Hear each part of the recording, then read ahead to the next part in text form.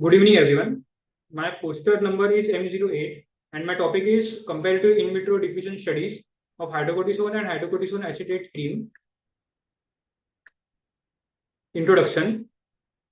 Hemorrhoids. So, hemorrhoids are basically swelling of veins or blood vessels in and around the anus and lower rectum. So, they are basically caused by extra pressure on these veins. The other factors which leads to hemorrhoids are pregnancy, constipation, and prolonged staining.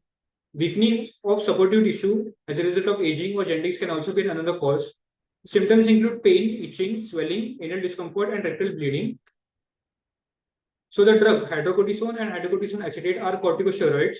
So they are extensively used to treat hemorrhoids, which have anti-inflammatory effect. The NLCs were formed using screening of different lipid and surfactant components. So both the NLC formulations were characterized and compared for particle size, PDI, zeta potential assay, and entrapment efficiency. It was followed by evaluating the physicochemical properties of NLC-loaded cream, which includes appearance, assays, permeability, pH, and viscosity, to conduct and compare IVRT drug release studies to assess the sustained release potential of the developed formulations. So the key difference between hydrocortisone and hydrocortisone acetate is the presence of acetate group.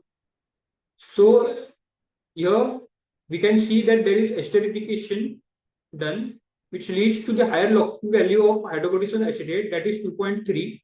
The pK value of both the drug is somewhat similar, that is 12.59, and the melting point was found to be in the range of 215 to 225 degrees Celsius. The main methodology for obtaining NLC was hot melt emulsification method, where the oil phase comprises of solid lipid and lipid, and in the aqueous phase we have water, surfactant, and stabilizers. Both the phases were heated at the same temperature, followed by addition of drug in the oil phase. Then both the phases were mixed together, followed by vertex, and the pre-emulsion which was obtained was subjected to probe sonication, which leads to the formation of drug-loaded NLCs. So here, GMS acts as a solid lipid for hydrocortisone acetate NLCs, whereas Preserol 8005 was used as a solid lipid for hydrocortisone NLCs. The common ingredients were capriol 90 and polysorbate 80, which were used as liquid lipid and surfactant.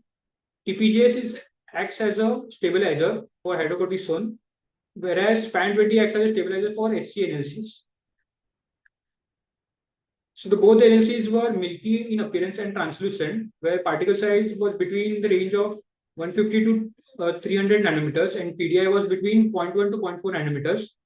Here we can notice that HCA NLCs has a very high entrapment efficiency of 99%.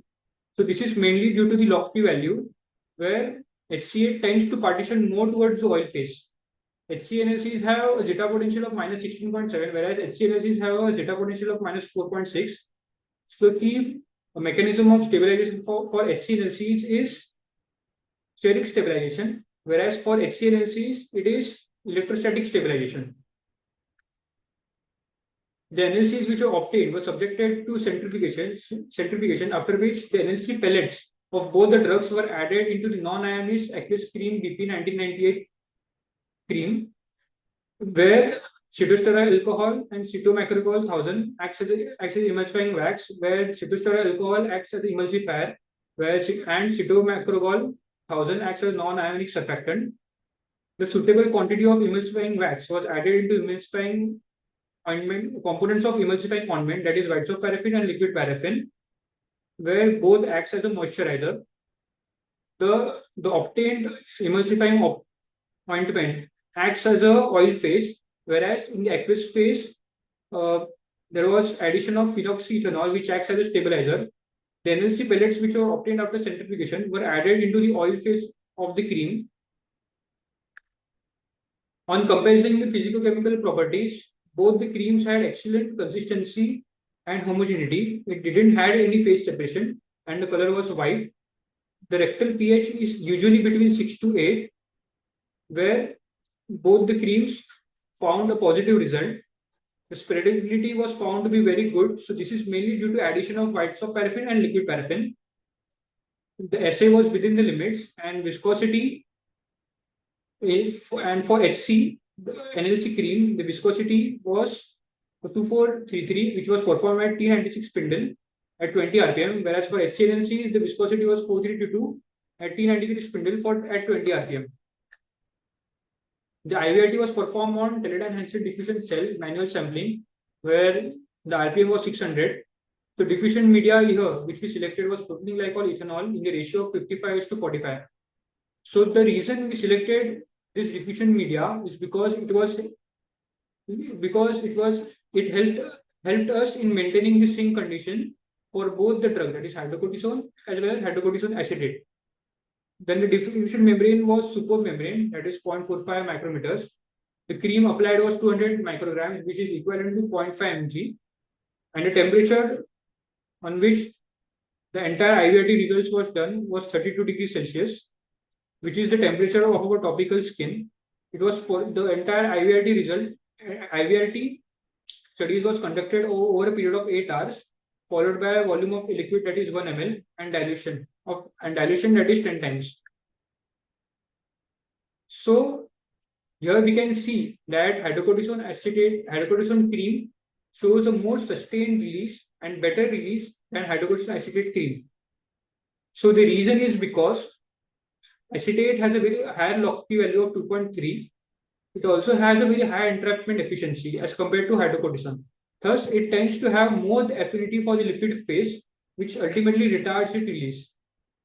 Then statistical test was also performed for both the groups, that is unpaired student test, where p-value was found to be less than 0.05. Thus, it indicates that there is significant difference between the two groups. The main mechanism is Higuchi model, where R-square value of hydrocortisone was found to be 0.983 and acetate cream was 0.8803. Thus, the LNCs were successfully formulated for both hydrocortisone and hydrocortisone acetate, demonstrating favorable physicochemical characteristics, which includes optimal particle size, PDI, zeta potential, and high entrapment efficiency. The IVRT studies revealed that there is significant difference between the two drug release profiles, where HC-loaded LNC cream had released more rapidly than HCl-loaded LNCs.